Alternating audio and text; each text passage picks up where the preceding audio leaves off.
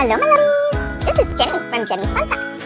We just want to take a moment to thank you so much, P Eats Meal Preps, for sponsoring our episodes. New menu out every Friday, ordered by Sunday, delivered fresh by Tuesday. And guess what? They deliver to all Montreal surrounding areas as well. Healthy, fresh, and delivered to your door for free. Add them and our podcast on Instagram at p.eats_P as in Peter, R-E, P as in Peter, S. Thanks, P Eats Meal Preps. Yeah.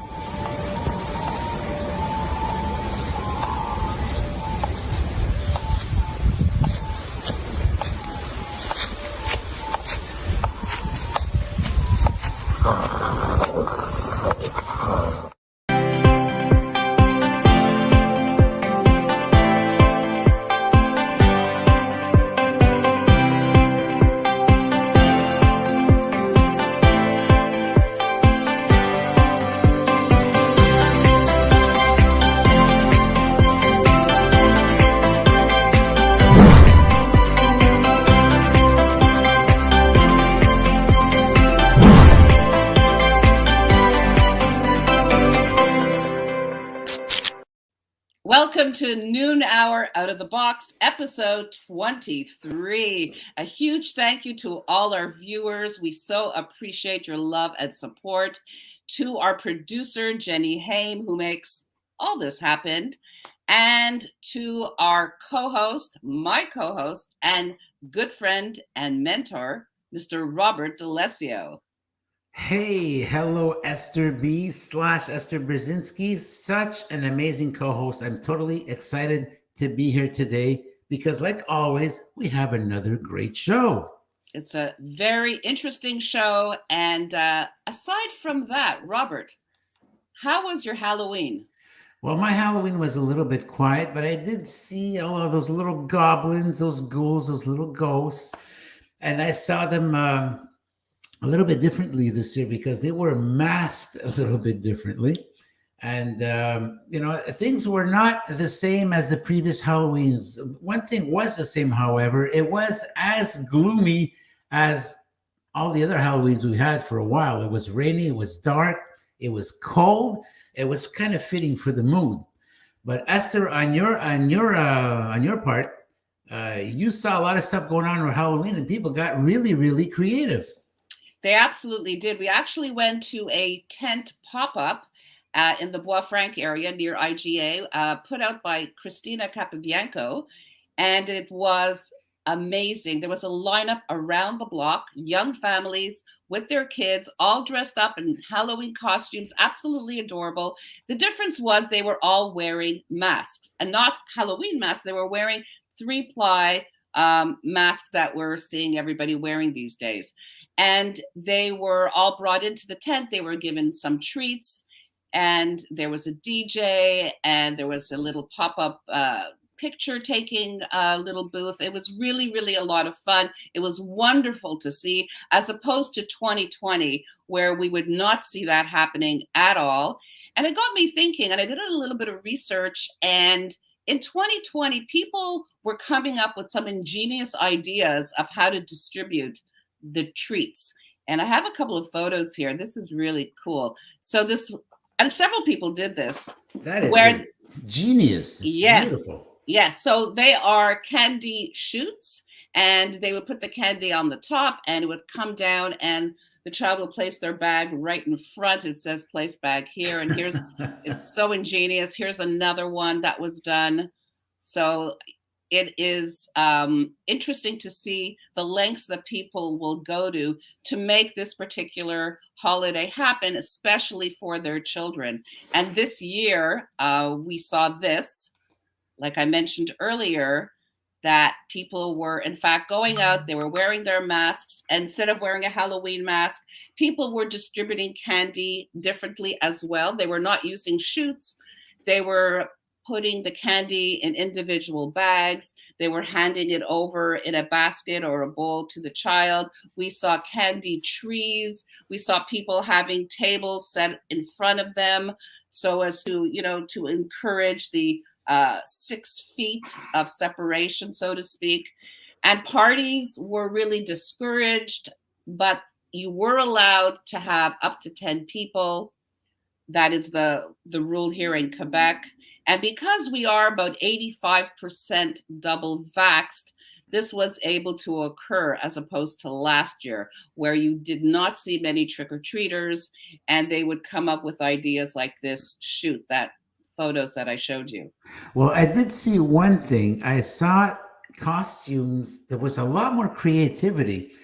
I guess, with all the time that we've had, all of the restrictions, I guess people, they started getting a little bit more creative and coming up with these wild costumes, which were absolutely mind-boggling. And a lot of them were homemade. So that was pretty cool. I love to see that creativity. It brought something, another aspect into the whole picture, because the pandemic, as much as it sucks. It's not great. It's not fun in some cases. In a lot of cases, it is permitting us to actually get the best out of us. And the costumes I saw, I just got blown away. That's absolutely true. There were a lot more homemade costumes, and there were some costumes that were very popular this year. And one of them is from the Netflix TV series Squid Games. Oh. A lot of Halloween outlets and stores were selling out that particular costume because it was very, very popular this year. And Robert, it got me thinking, seeing all the costumes, and I love Halloween. I love when my kids were young and we could dress them up. Thought about how, as adults, in a way that we're all wearing a costume sometimes, and we're all wearing masks, and sometimes we feel like we're frauds, that we're not being genuine, and that things that we accomplish are by fluke or by luck. And there's a term that they use to describe this, and it's called the Imposter Syndrome. Have you ever heard of it? Well, I've heard about it recently, but I've known about it for a while. Yes. And it's too bad because it hinders people from actually pushing and going farther to exceeding their limits, because they think they're not good enough. They think that they get to places, their success is all attributed to luck. And I find that unfortunate. It is unfortunate. I understand it. As a young woman, the term was first coined actually in the late 70s, early 80s. And as a young woman, I had a lot of success early on in the fashion industry. And I very much felt that way, that it was a fluke and that they're going to find out that I really don't know what I'm doing. So it's interesting that it has now evolved into including men and women, and there's different types, and there's a lot of information out there about it. So it's a very, very interesting phenomenon to look into. So what is imposter syndrome? Well, let's take a closer look. Do you often feel like you're not good enough and believe that you're not as competent as how others perceive you to be? Perhaps you feel like you only get to where you are through luck. This is called an imposter syndrome, a psychological pattern where you doubt your abilities, accomplishments, or talent and have a persistent fear of being exposed as a fraud.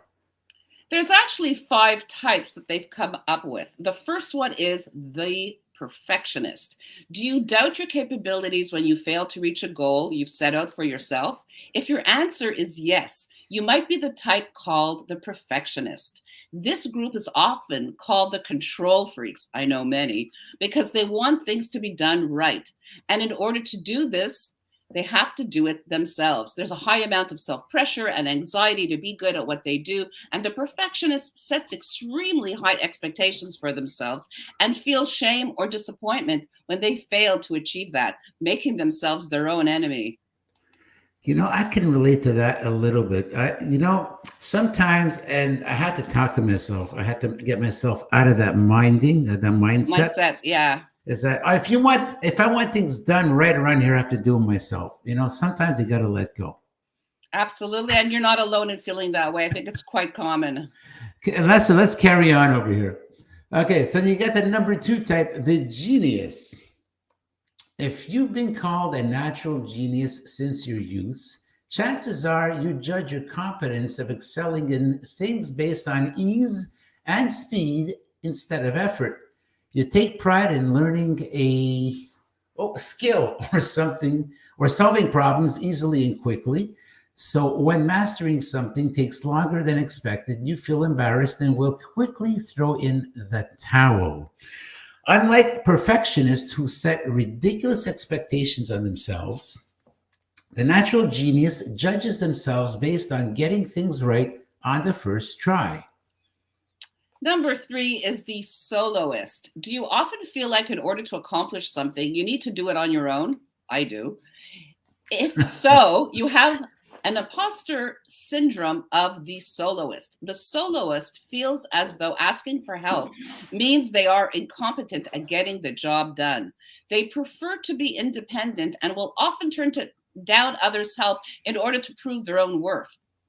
When they get stuck, soloists tend to procrastinate to avoid admitting defeat. And if an achievement comes with assistance and help, they refuse to take credit for it, and they see it as a sign of failure. All that matters is who completes the task. Number 4, the superhero. You can easily spot the superhero by how they spend their time long past working hours to get everything done, even if they don't have to. They're also considered reliable to their peers because they can handle just about anything. However, this type of imposter is convinced they're not as good as their real deal peers, so they tend to work twice as hard just to measure up. Most superheroes are workaholics who are addicted to the validation that comes from working and not from the work itself. They need to be assured that they've accomplished something, or else they feel like a phony. Not only will this overload cause burnout, but it can also cause strain in relationships. And then number 5 is the expert. The experts are considered the knowledgeable perfectionists. On top of having to get things done right, their expectations to know everything also sets the bar ridiculously high. But don't get it wrong, the experts take great pride in being a know-it-all. They constantly seek new information in order to prove their credibility of being a problem solver. However, their biggest fear is being exposed to having lack of knowledge or experience.